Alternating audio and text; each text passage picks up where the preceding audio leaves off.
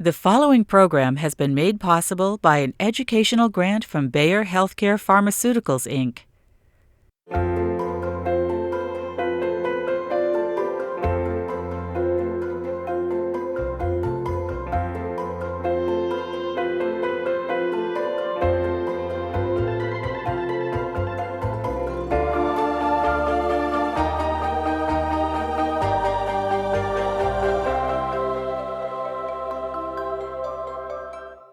Welcome. My name is Dr. George Kraft, and I would like to welcome you to this fifth in our series of our TV shows, MS from A to Z. For those of you who've seen previous programs, you know that each program we take a topic that's very important to persons with MS and their loved ones. We've talked about the history of MS, we've talked about depression, we've talked about what is MS, we've had other types of programs which I hope you've enjoyed. But I can tell you that the program you're going to see today is probably the most special one, at least in my mind, in the entire series of 9 shows. This talk today is being given by Dr. John Kurtzke, and Dr. Kurtzke is the biggest name in MS that there is. It is Dr. Kurtzke who has done more for the field of MS than I think any other physician. Many years ago, Dr. Kurtzke designed the scale that rates the disease status of persons with MS. And now for all drug trials in the world, this scale is used as the gold standard to measure change. More recently, Dr. Kurtzke has asked the question that we all ask, and that is, well, what causes MS? Why is it so common in certain parts of the country and the world and less common in others? What is the genetic predisposition? Why does MS occur? What is it? Dr. Kurtzke will have some interesting and challenging and fascinating answers to that question. Dr. Kurtzke will tell you about his experience in the Faroe Islands, where he has gone and examined patients with MS, why there appears to have been epidemics of MS around that area, and has done some research really which has profoundly changed our understanding what this disease is. At the present time, Dr. Kurtzke is an emeritus professor at Georgetown University in Washington, D.C., as well as the Uniformed Services School of Medicine in Washington, D.C. It is with great pleasure that I turn the lectern over to my good friend, Dr. John Kurtzke. John, thank you very much for coming to Seattle. Thank you, George. And thank you for asking me here to talk on this topic. Now, epidemiology is the medical science that's concerned with the natural history of disease. The field comprises studies of the occurrence of an illness in time and space, as well as by age and sex.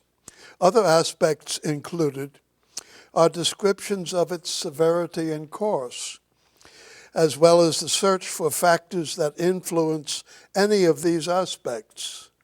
Such findings are important for all who deal with these disorders, from politician to practitioner.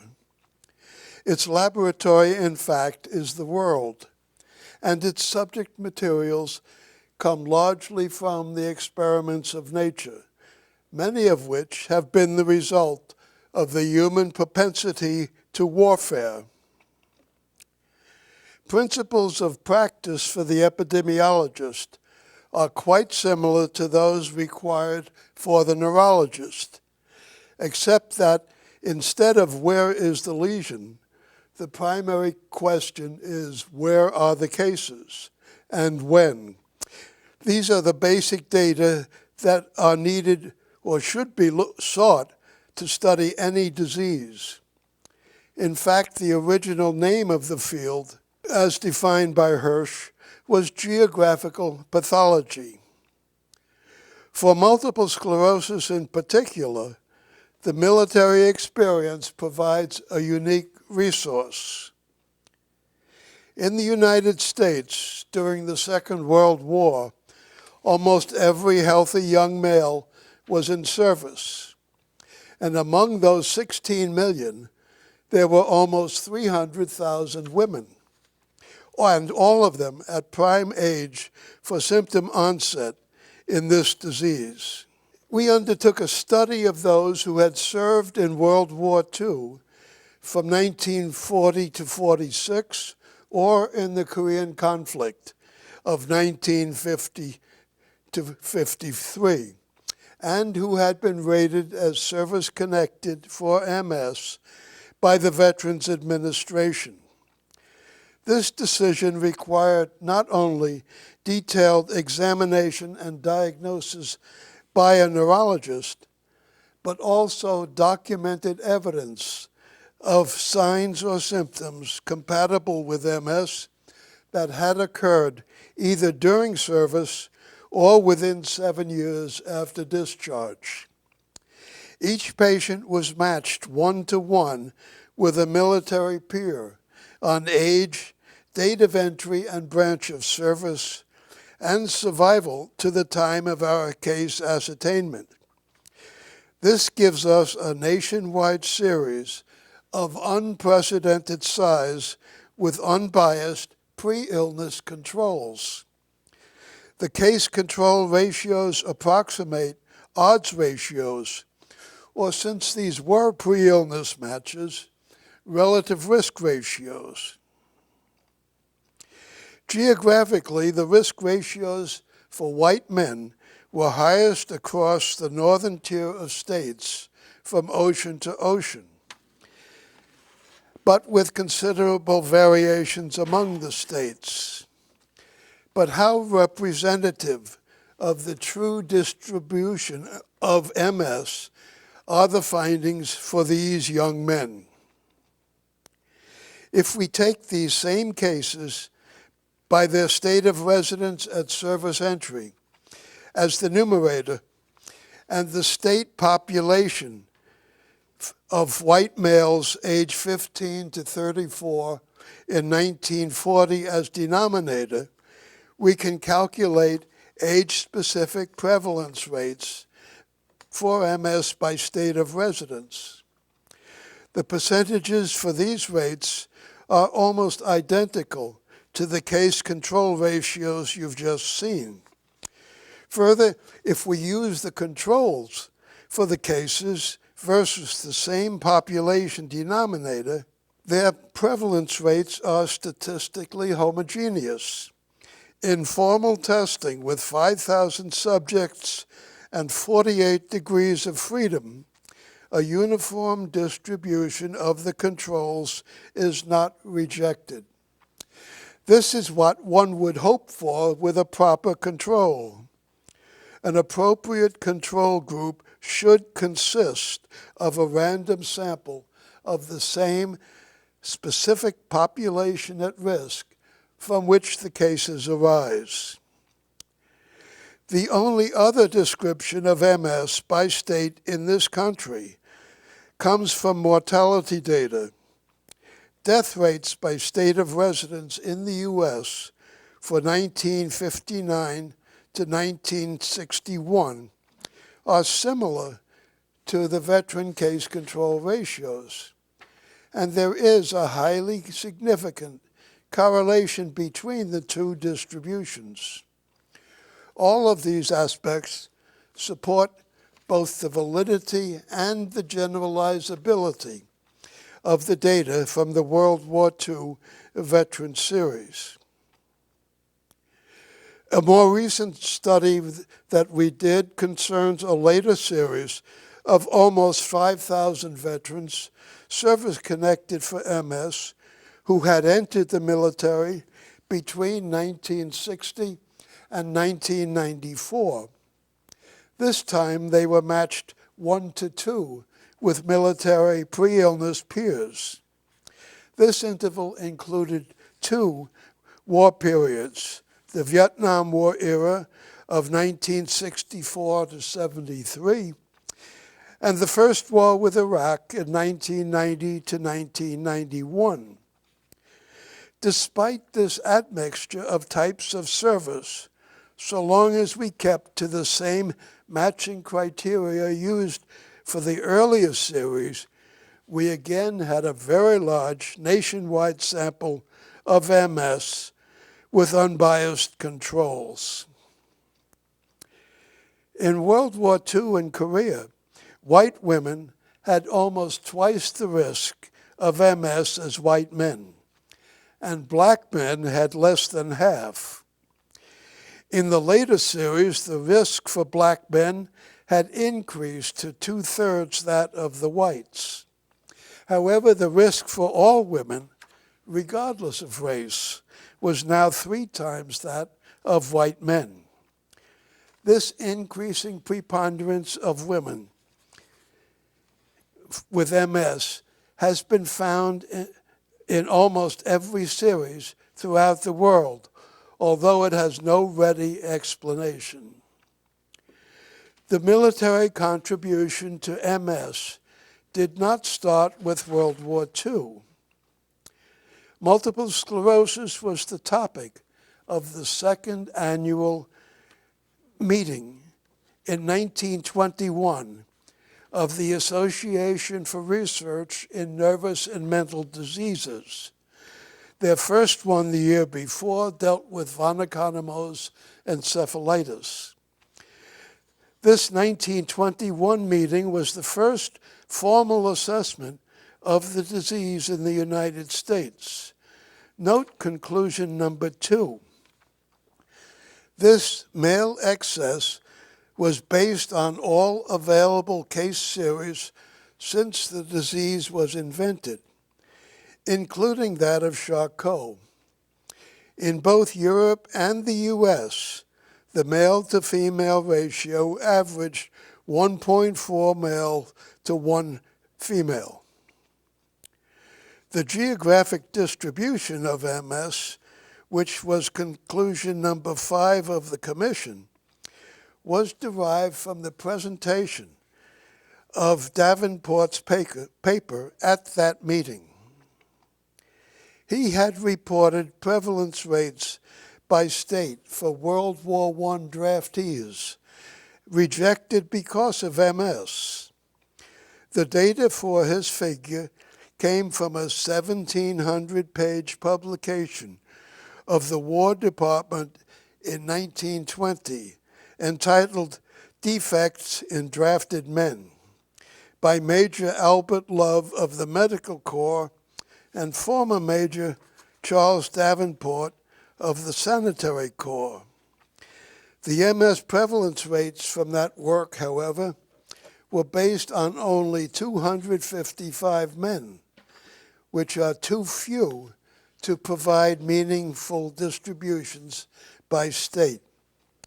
However, if we combine some states in order to provide population denominators that are adequate for statistical testing, these 23 areas show a striking concentration of high prevalence rates in Area P, which consists of Wisconsin and Minnesota.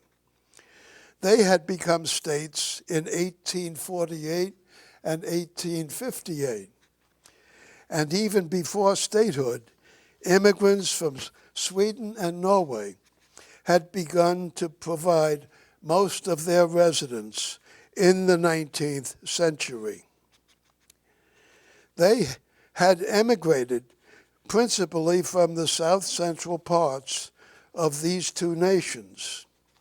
And those are the areas that comprise their high-risk regions for MS.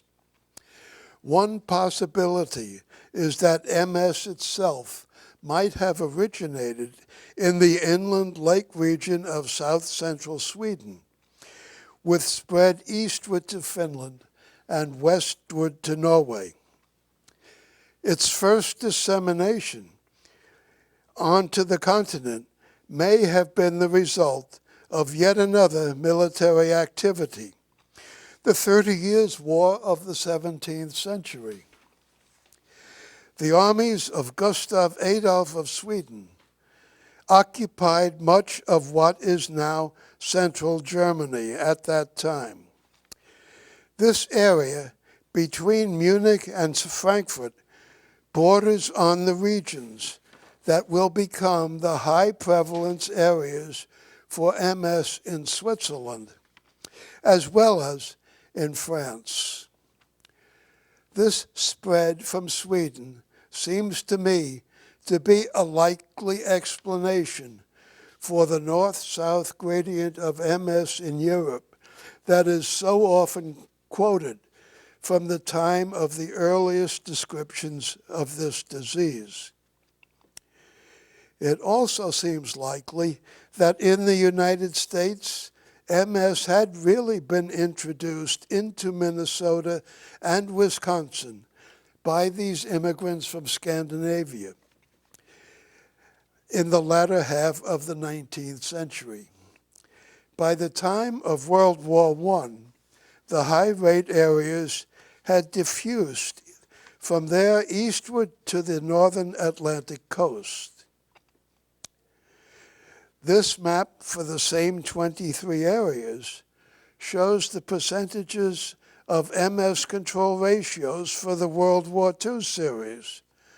The marked excess had by then extended across the northern U.S. from ocean to ocean. The next map, with similar ratios for the Vietnam and later service veterans, indicated an even further diffusion, extending southward as well to the Mexican border. MS is clearly a spreading disease. There is no time to present even an outline of the distribution of MS outside the United States. This is provided by some 500 population studies from across the world that have been carried out in the last 70 to 80 years. However, we can summarize the recent worldwide distribution of MS as being divided, like all gall, into three regions of high, medium, and low frequency. Over time, the high and medium risk areas have been expanding in Europe, Asia, and the Americas. The fate of migrants who move into regions of differing risk is critical to our understanding of this disease. If migrants retain the risk of their birthplace, then either the disease is innate or it is acquired very early in life. However, if migrants change their risk after moving, there must be a major environmental cause or precipitant active in this disease well after birth. Our World War II Korean series showed marked changes in MS risk ratios between birthplace and residence at service entry. Non-migrants are on the major diagonal, north-north, middle-middle, south-south tiers of states. Their ratios in order were 1.48 north-north, 1.03 middle, and 0.56 south. Migrants from the north to the south tier have decreased their risk by half, from 1.48 to 0.74. Those born in the middle tier increased their risk with northern moves and decreased it with southern.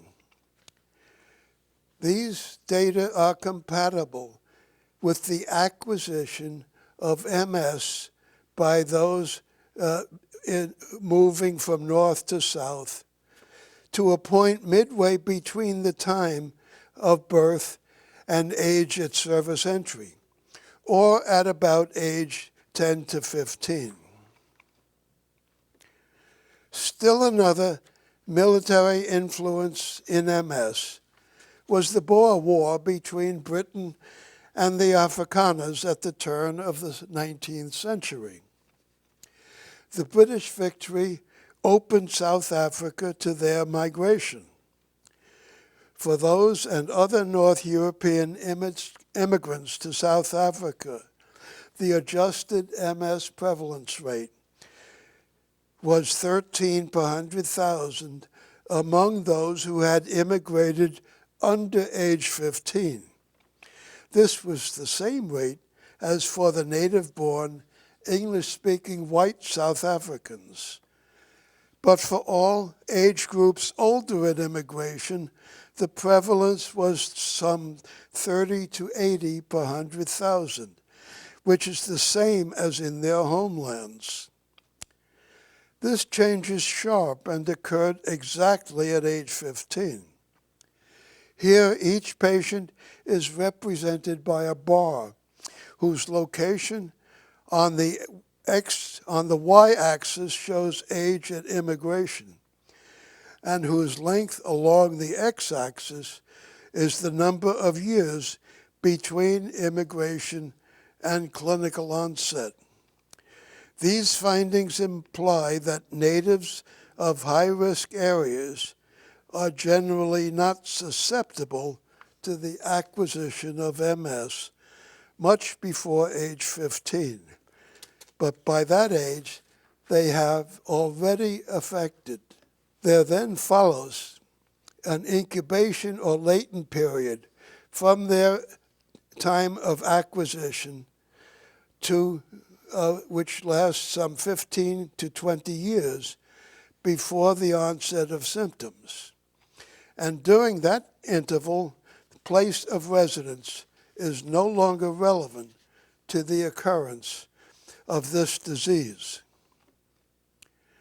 One opposite migration was that for North Africans who moved into metropolitan France. Most of them had arrived exactly in 1962, at the end of yet another military conflict, the Algerian War for Independence, which was won by the Algerians.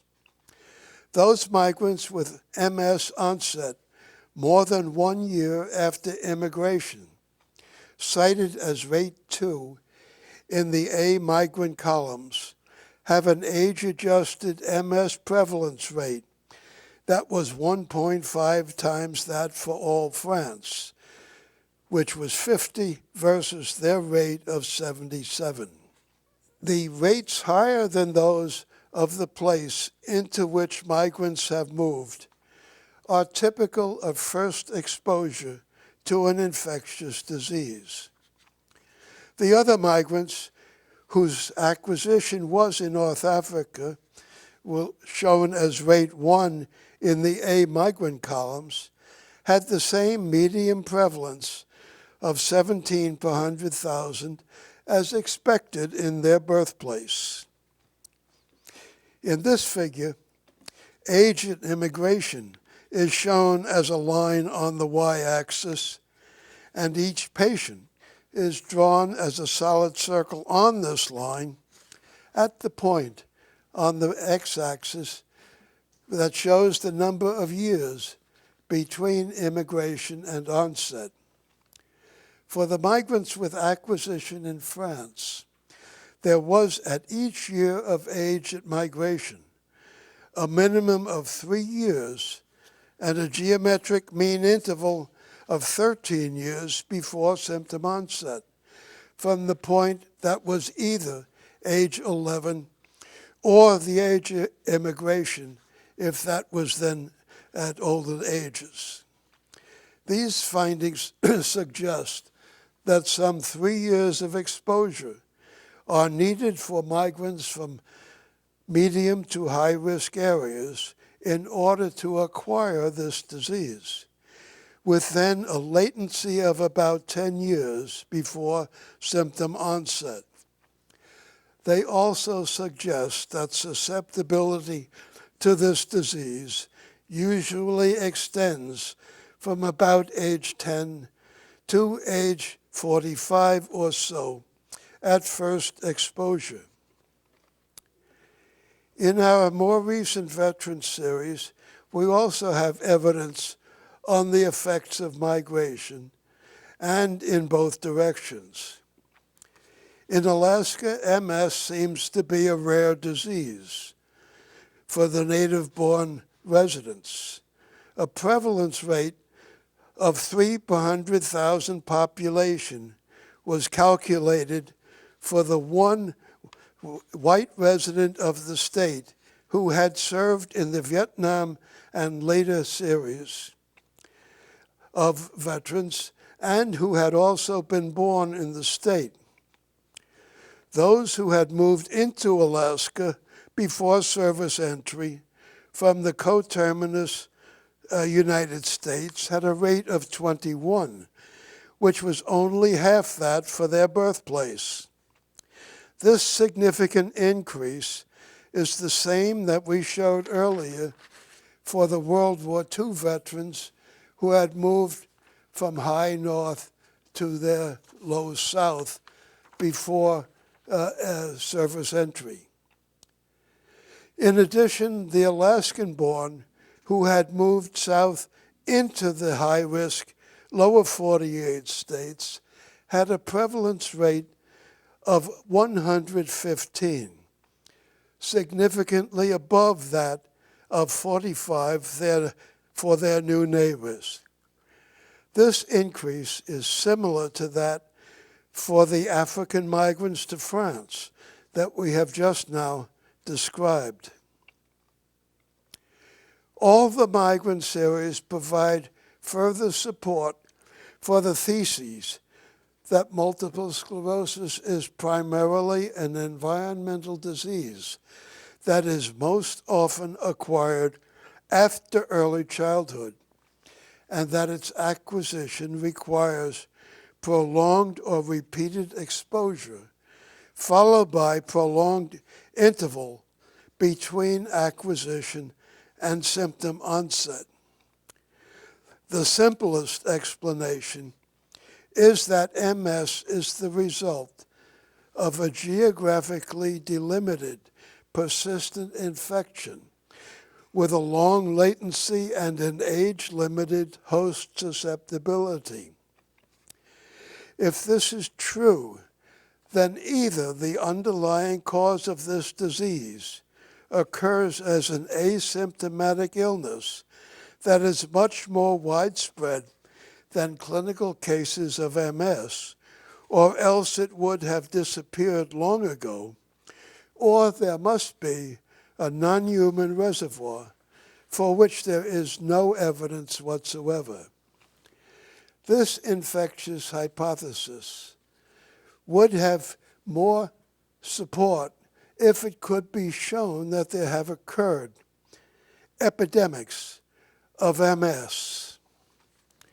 To paraphrase Francis Bacon in his 1625 essay of boldness, where he says that if the hill will not come to Muhammad, Muhammad will go to the hill.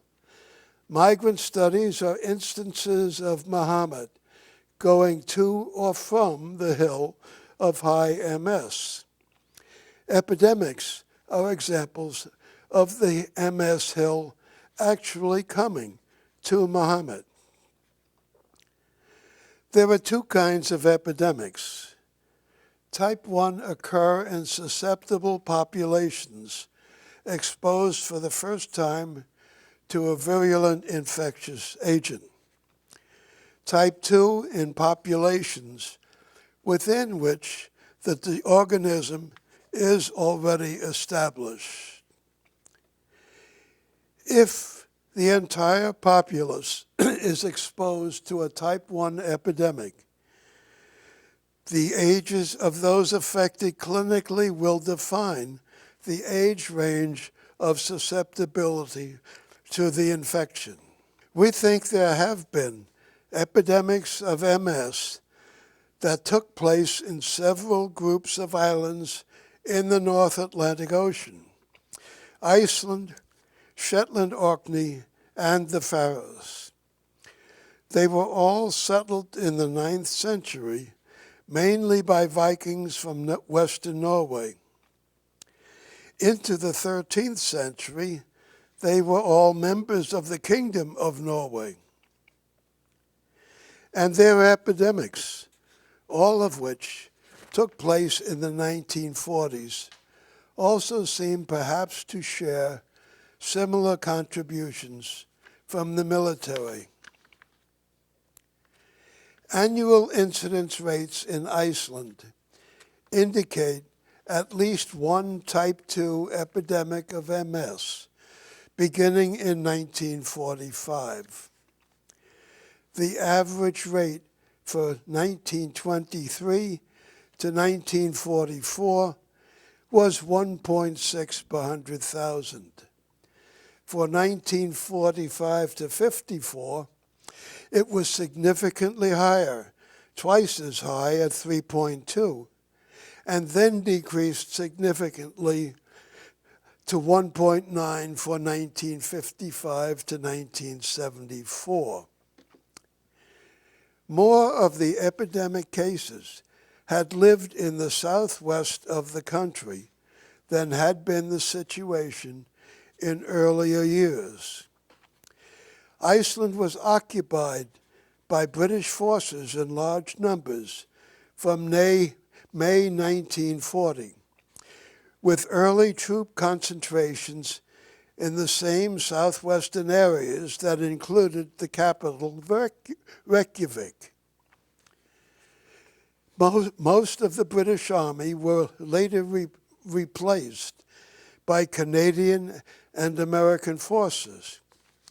In fact, it was on 7 July 1941, 6 months before the attack on Pearl Harbor, that a brigade of U.S. Marines landed in Reykjavik. For Shetland and Orkney, between 1938 and 1970, the annual incidence rates showed recurrent epidemics, several times surpassing 14 per 100,000 population, the highest rates reported anywhere to this date. They then fell precipitously to some 3 per 100,000 in the 1970s. Scapa Flow in southern Orkney was the major northern base for the Royal Navy in World War I, and from the mid-1930s into 1956. Heavy Army and Air Force contingents also were stationed there during and after the war, as well as in Shetland. It could well be that most of the MS cases at that time in those islands and in Iceland were the result of this extensive occupation. Perhaps here the military did carry the hill of high MS to Muhammad, a possibility that has support in our work on the Faroes. The Faroe Islands were a standard county or amt of Denmark until 1948, when they achieved semi-independence, though still remaining part of the Kingdom of Denmark. Originally part of Norway, as noted earlier, that country had been absorbed into Denmark in the 14th century. When Denmark lost Norway to Sweden after the Napoleonic Wars, one more military event to consider, the Atlantic Islands remained under Danish rule. The Faroe Islands, however, retained their Norwegian culture and language to the present day. The Faroes lie in the North Atlantic Ocean at 62 degrees north latitude and 7 degrees west longitude. They comprise 18 major volcanic islands made of basaltic rock, all with steep hills reaching the shores of the ocean or the bays and fjords. Almost all the 120-odd villages are in such inlets. The population exceeded 44,000 in 1998. On the main island of Streymoy is Tórshavn, the capital, which is shown here in an aerial view. The city itself has a population of 14,000. It is also the site of the National Hospital. There has been a hospital in Tórshavn since 1829, which is only 10 years after Linné invented the stethoscope, not on the Faroes. 2 more hospitals were established in 1905, one in Klaksvík on the northern island of Bori.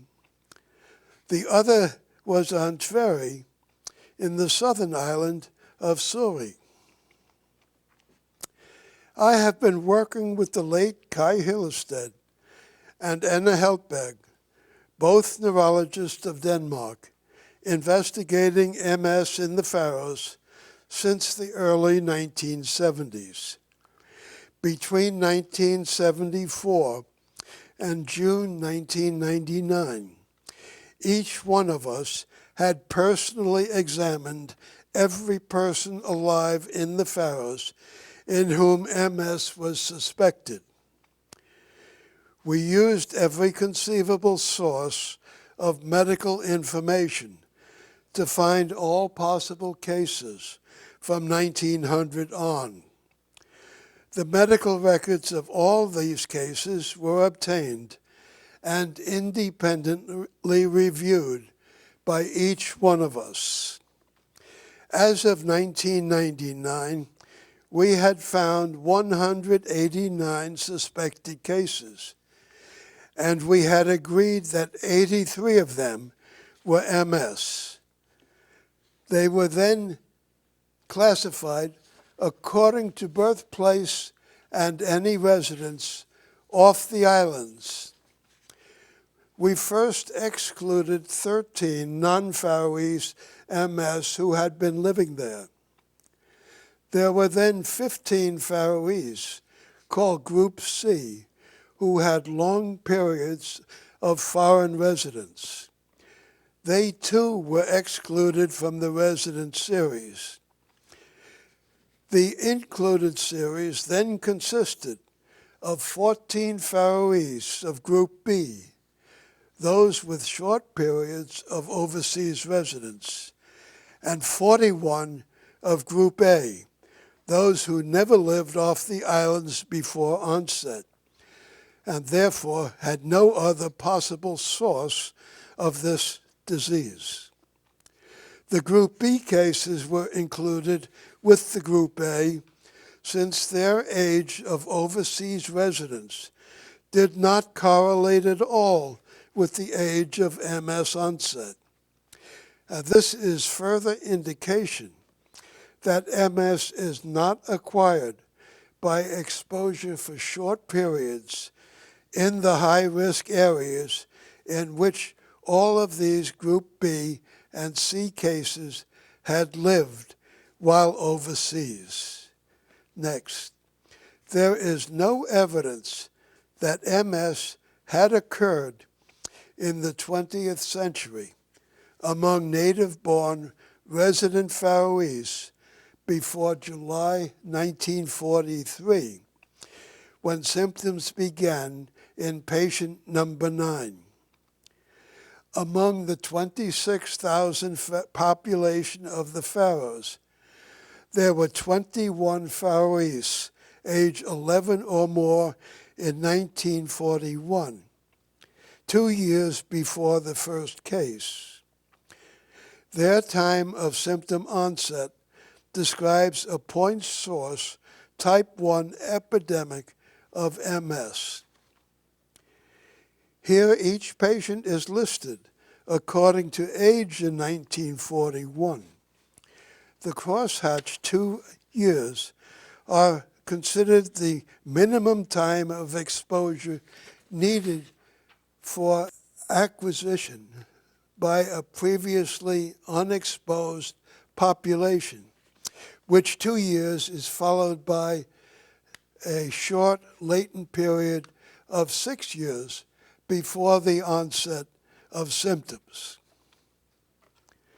The annual incidence rates show the striking appearance and disappearance of this type 1 epidemic from 0 in 1942 to over 10 per 100,000 by 1945 and 1946. This abrupt onset indicates the disorder had to have been introduced into the islands essentially at a single time and as recently as possible before 1943. After 1945, its precipitous decrease was almost as sharp as the rise. Its widespread occurrence at that time throughout the islands is shown by the scatter of the villages in which the patients lived in almost every island, a major island of the Faroes. They are shown here as solid black circles. What was introduced into the Faroes had to be a new exogenous agent carried in Mahomet's Hill into the islands between 1940 and 1944. Denmark and Norway were both invaded by Germany on 9 April 1940. On 13 April, a detachment of Royal Marines landed in Torshavn. 10 days later, they took part in an air raid drill conducted by the Faroese. The next month, they were replaced by Army troops. Later came Air Force units, and the entire operation was under the Royal Navy, as indicated by the white ensign flown here, together with the Danish flag in Torshavn. This was the first time that the Faroese flag had been legally displayed, but only at sea, and only after request by the British. The original flag was designed by Faroese University students in Copenhagen after World War I, and lies in the village church where one of its inventors is buried. In 1948, this became the official national emblem of the Faroe Islands. The war diaries were obtained and defined the line or combat forces stationed, together with their dates of occupation. For much of those 5 years, there were a full battalion of infantry and 2 regiments of artillery based on the Faroes. Similar data were retrieved for the support forces as well. One of their major units was an entire group of the Pioneer Corps, something like Seabees, the 309th Pioneer Corps. Their headquarters staff is shown here on the island of Vaga, together with the vicar of one of the village churches. The number of units which entered and left the Faroes over time is summarized in this table. By 1941, there were some 1,500 troops stationed on the Faroes. In 1942, the numbers rose to 7,000 toward the end of that year, exceeding 4,000 between June 1942 and August 1943. They were still near 1,000 or so throughout 1944, and the last troops left in September 1945. Locations of troop encampments within Faroese villages are seen here as cross-hatched areas and are on almost every occupied island. Camps located outside of villages where no Faroese lived are diagonal lined.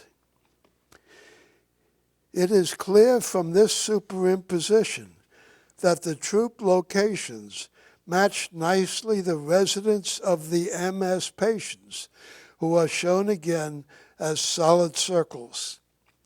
We concluded that the troops had introduced something into the Faroe Islands, which resulted in an epidemic of clinical MS.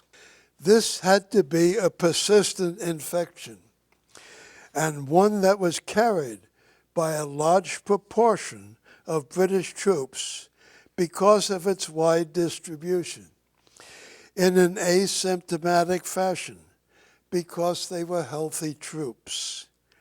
This infection would take time, here 2 years, to be transmitted to and then persist in a naive populace, the Faroese. We call this infection the primary multiple sclerosis affection. This figure provides a model of transmission of PMSA from the British troops, who are indicated by the lower box to the bottom left of the figure, to that population cohort of Faroese of all ages, shown as the long bar, all of whom were first exposed to PMSA agent at least by 1941. The long bar extends from 41 through 43 and is called the F1E cohort of Faroese, which is all those who were then exposed. The age range of the epidemic 1 patients in 1941, which was age 11 to 45, defines the portion of the F1E cohort that was susceptible to PMSA. It's called F1E plus S, the shaded part of this bar. This portion becomes the affected part of the cohort, F1A, after some 2 years of exposure. Now, after the British left by 1945, any further disease would have to be the result of transmission from the persistently infected F1A cohort to the next susceptible cohort of Faroese, because there was no other source of the disease. Now, we know that clinical MS patients do not transmit any disease.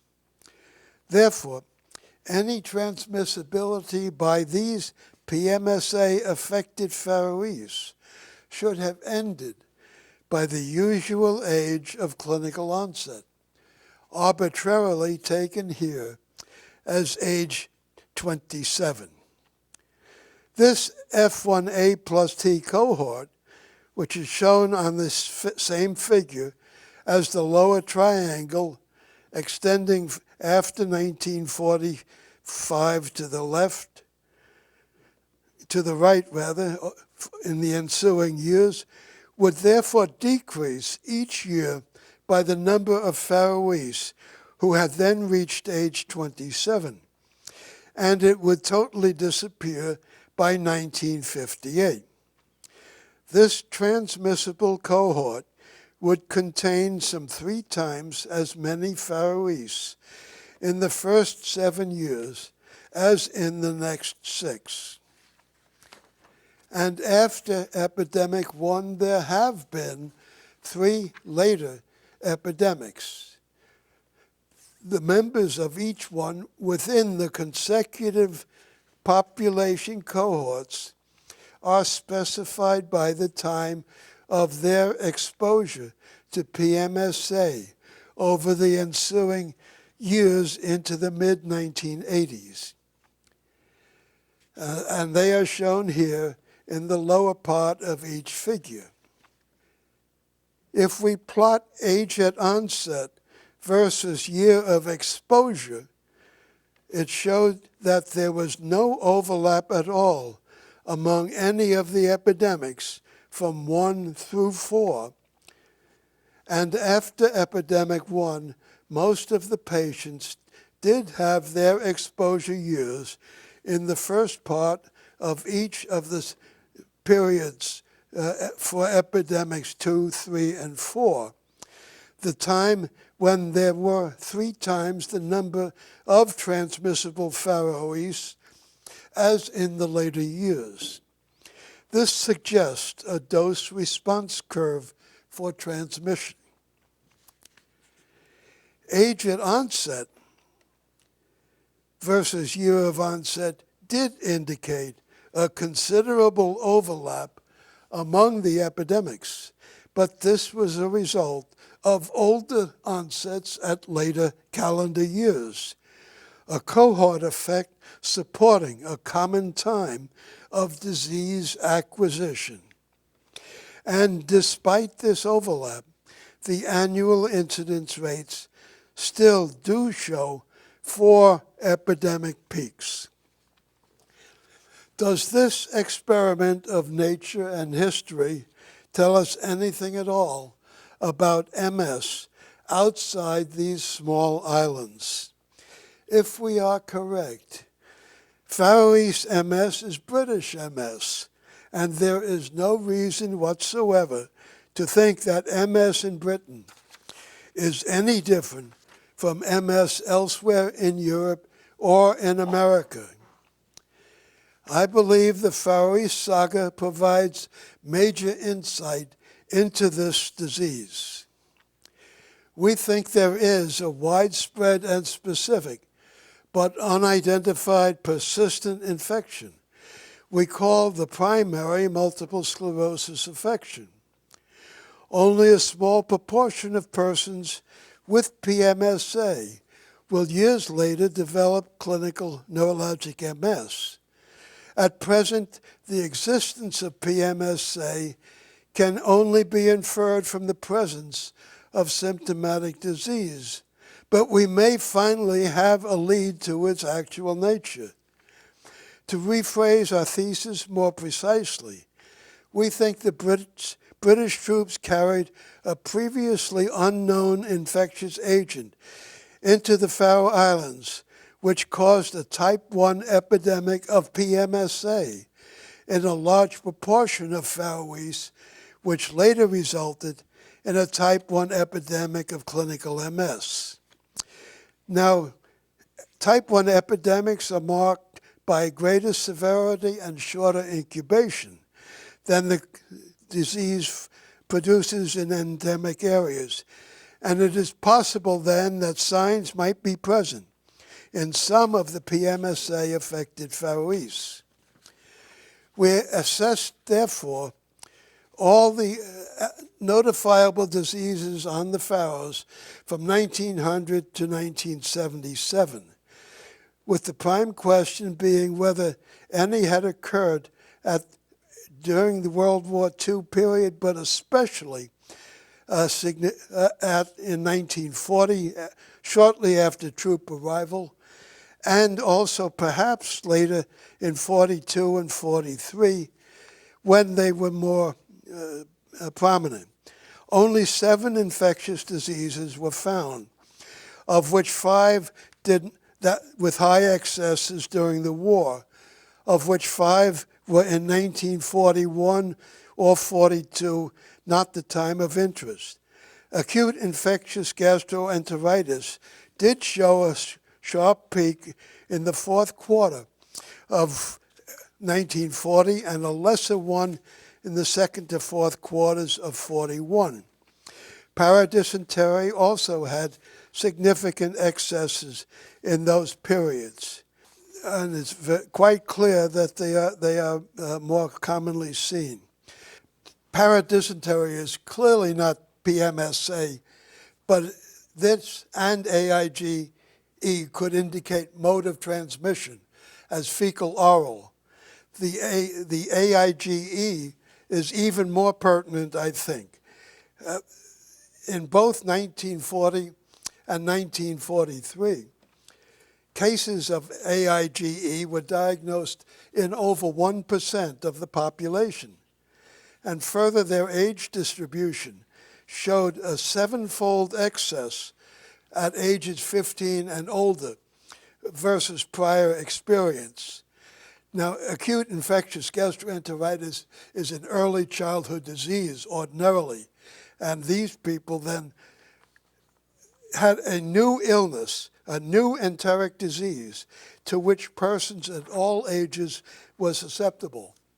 And I think if we could identify the agent responsible for these epidemics of AIGE, we would then be on the way to crack the code of this enigmatic disease.